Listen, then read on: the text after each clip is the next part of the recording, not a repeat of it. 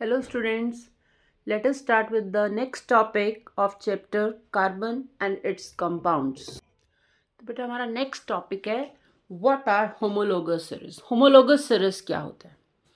तो बेटा homologous series कहते हैं it is a family of organic compounds. Organic compounds की वो फैमिली है जिनके पास having the same functional group, एक जैसा फंक्शनल ग्रुप होता है और उनकी केमिकल प्रॉपर्टीज़ भी सेम होती हैं और उनके सक्सेसिव मेंबर, सक्सेसिव मतलब एक के बाद जो दूसरा मेंबर आता है उसके बीच में जो डिफरेंस है वो CH2 यूनिट का होता है।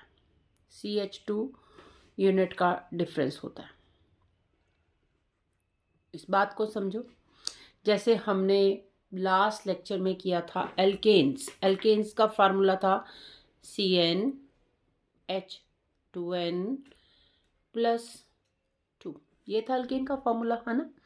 तो अब हम बात करते हैं लेट कि N1 हो तो N1 है तो ये बना C1। 1 मैंने लिख दिया, लिखने की ज़रूरत नहीं होती बताने के लिए कि ये 1 है। N हमने 1 लिखा। H 2 × 1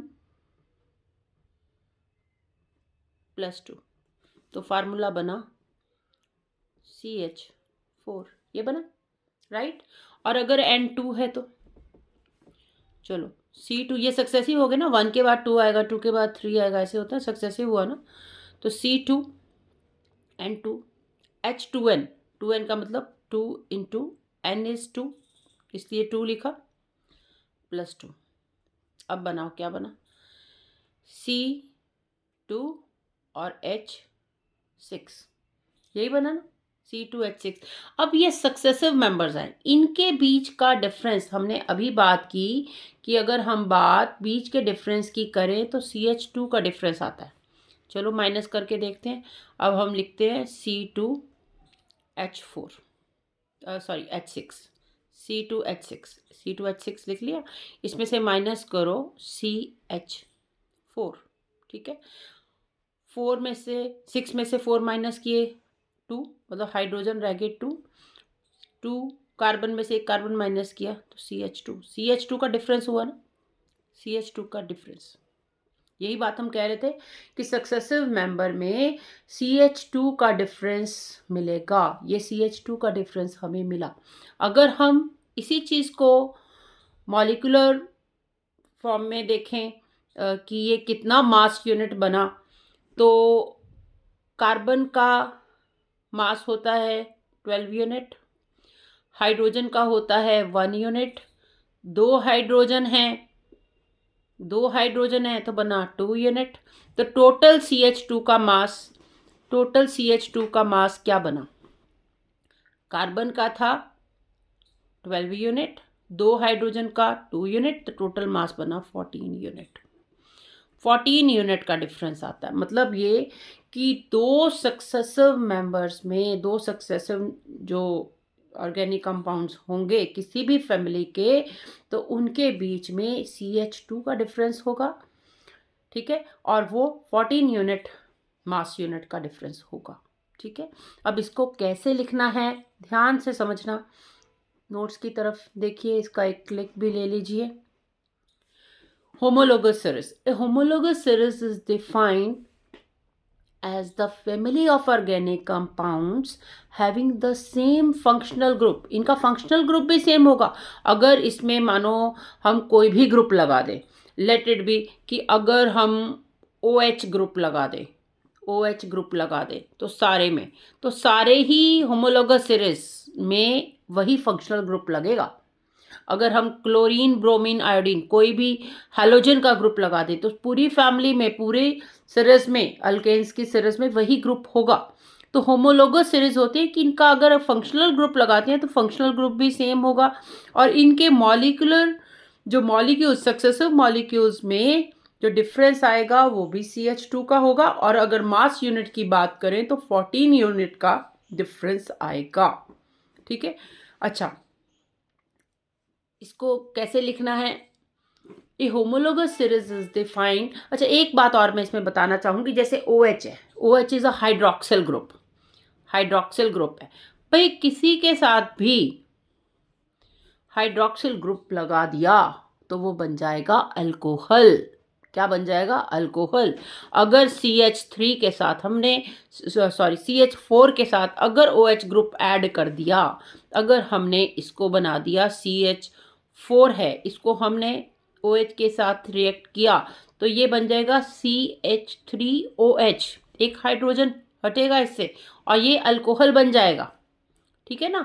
अल्कोहल, क्योंकि इसके साथ सिर्फ 4 बॉन्ड रह सकते हैं ना, एक कार्बन के साथ 4 बॉन्ड रहेंगे। तो 4 बॉन्ड का मतलब 3 अगर हाइड्रोजन ने ले लिए बॉन्ड तो एक OH लेगा, एक बॉन्ड जो है वो OH लेगा, OH ने एक लेना है बॉन्ड। तो अब ये बन गया अल्कोहल। किसी के साथ भी OH ग्रुप लग जाना है तो उसने अल्कोहल बन जाना है, उसकी सारी प्रॉपर्टीज अल्कोहलिक हो जानी है, अल्कोहल वाली प्रॉपर्टीज आ जानी है उसमें। तो होमोलोगस सीरीज में क्या होता है, सारे मेंबर्स जो होते हैं वो एक ही फंक्शनल ग्रुप उनके साथ लगा होता है। जैसे सारे अल्केन्स में, अगर हम सारे ही अल्केन्स में इस फार्मूला के कार्बन कंपाउंड्स में, हाइड्रोकार्बन कंपाउंड्स में सबके साथ ही अगर OH लगा दे तो वो होमोलोगस सीरीज बन जाएगी, जिसमें फंक्शनल ग्रुप भी सेम होगा। अब जहाँ अल्कोहल है तो बहुत सारी चीज़ें वो अल्कोहल वाली आ जानी है। ठीक है? तो कहने का मतलब ये, अब सारे उसके जो मेंबर्स हैं सारे ही शराबी हो जाने हैं इस ग्रुप के, तो अल्कोहल की प्रॉपर्टीज सारी आ जाएंगी। सक्सेसिव मेंबर्स में जो ऑर्गेनिक कंपाउंड्स होंगे इनके बीच में जो CH2 यूनिट का डिफरेंस होगा, सक्सेसिव में मैंने करके बताया कि कैसे CH2 यूनिट का डिफरेंस होता है, और मास यूनिट 14 यूनिट का डिफरेंस होगा। ठीक है? तो होमोलोगस सीरीज को एक बार कैसे लिखना है इसको हम रीड आउट करते हैं। Homologous series is defined as the family of organic compounds having same functional group. Functional group भी इनका सेम होगा, similar chemical properties भी सेम होंगी, and the successive members of which differ by CH2 unit. और दो members successive होने चाहिए, जैसे N1 के बाद N2, N2 के बाद N3, N3 का N4, वो सक्सेसिव हुए ना, एक के बाद अगला नेक्स्ट, तो उसके उनका जो डिफरेंस है वो भी CH2 यूनिट का होगा और 14 मास यूनिट होगा। 14 मास यूनिट के बारे में भी मैंने अभी समझाया आपको। तो individual member of homologous series is called homologues and the phenomena is called homology, और इस फिनोमेना को होमोलॉजी कहते हैं। अब होमोलोगस सीरीज के क्या कैरेक्टरिस्टिक है? नंबर 1, जितने भी मेंबर्स होते हैं होमोलोगस सीरीज को, उनको एक जनरल फॉर्मूले से रिप्रेजेंट किया जाता है। ये अभी जैसे मैंने बताया, ये अगर इससे जो भी मेंबर बनेगा होमोलोगस सीरीज बनेगा वो। ठीक है? जो भी कार्बन कार्बन इससे बनेगा वो होमोलोगस सीरीज में, और उसको हम क्या बोलेंगे? एल्केन। ठीक है ना? एल्केन होगा, मतलब ये पूरा जो है होमोलोगस सीरीज जो इस फार्मूले से बनेगा वो अल्केन होंगे, एक जैसे होंगे, एक पर्टिकुलर फार्मूले से ही सब बने होंगे। ठीक है? कंपाउंड्स सभी एक ही बेस्ड होंगे, एक ही फार्मूला बेस्ड होंगे। ठीक है? The molecular formula of two successive members of homologous series differ by CH2 unit. I have already explained you CH2 unit का डिफरेंस होगा। जैसे मैंने बताया N2 और N1 के फार्मूले को अगर हम देखेंगे तो वो CH2 ग्रुप का डिफरेंस आया, CH2 यूनिट का। The molecular mass of two successive members of homologous series differ by 14 unit. I have already explained you 14 unit का मास होता है, वही जो मैंने अभी आपको बात समझाई है वही लिखा हुआ है। कैसे लिखना है ये यहाँ से आप नोट डाउन कर सकते हो। CH4 का निकाला 16 यूनिट बना, C2H6 का निकाला 30 यूनिट बना, माइनस किया तो 14 यूनिट का डिफरेंस आया। ठीक है? I have already explained all the members of homologous series have the same functional group. ठीक है? हर किसी का फंक्शनल ग्रुप सेम होगा। जैसे functional group of alcohol is hydroxyl, अगर हाइड्रोक्सिल ग्रुप लग गया तो सारे अल्कोहल बन गए। ठीक है? सभी अल्कोहल हो जाएंगे। All the members of homologous series show similar chemical properties, सबकी प्रॉपर्टीज भी सेम होंगी, केमिकल प्रॉपर्टीज। जैसे कोई भी है, अल्केन की बात करो, मीथेन, ईथेन, प्रोपेन, कोई भी पकड़ लो। ठीक है? अगर उनको क्लोरीन के साथ रिएक्ट किया तो क्लोरीन ने सब्स्टिट्यूट करना है। सब्स्टिट्यूट का मतलब उसने कहना मेरा एक क्लोरीन लो, अपना एक हाइड्रोजन दो। लेना और देना दोनों चलेंगे इसमें, ठीक है। अब जैसे इसमें मीथेन का बताया है, मैं आपको इसमें ईथेन का भी बता सकती हूँ।